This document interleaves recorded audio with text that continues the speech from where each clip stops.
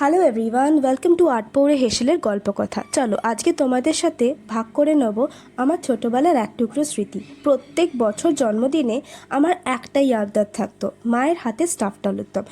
সে যত যাই পদ থাকুক না কেন, এমনকি ননভেজ আইটেমস থাকলেও মায়ের হাতের এই স্টাফড আলুর দম ছিল মাস্ট।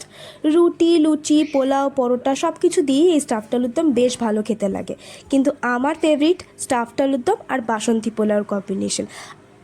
আর একটা অদ্ভুত ব্যাপার কি জানো তো, এবছর আমরা একটা নতুন ক্লাউড কিচেন খুলেছি আটপৌরে হেসেল নামে।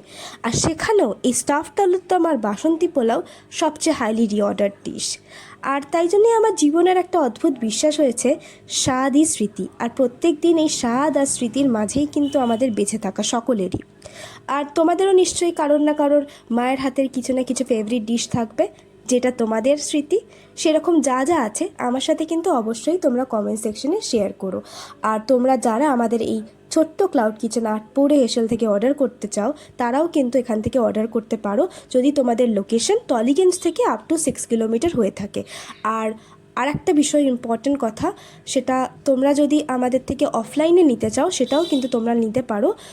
আর সেটার জন্য যোগাযোগ করতে পারো আমাদের সাথে। আমাদের নাম্বার এবং লোকেশন সবটাই কিন্তু তোমরা ফেসবুক বায়োতে পেয়ে যাবে।